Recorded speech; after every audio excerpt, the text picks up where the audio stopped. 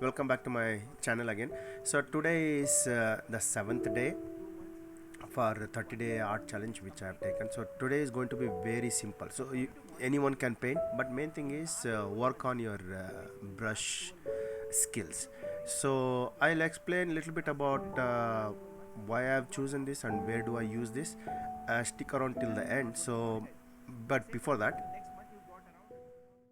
if you happen to enjoy this video, please take a moment to give it a like and subscribe. Also turn on notifications so that you don't miss new videos. Hi again.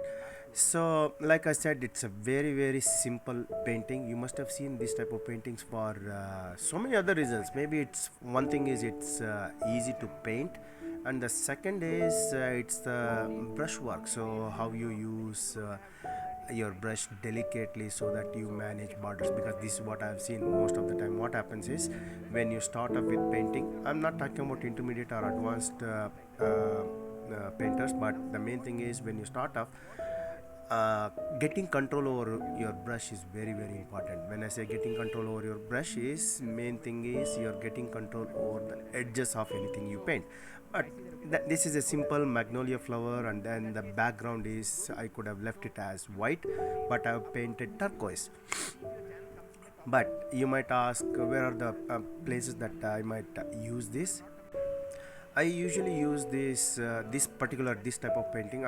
Most of my paintings I use them for printing, but specifically this type of painting I usually use for mug printing, greeting cards, multiple greeting cards. So then after that, usually what I do is I scan it, bring it to Photoshop, crop it, add some words, all of them. So you change letters according to the occasion. So that's one thing I mainly use this type of paintings for.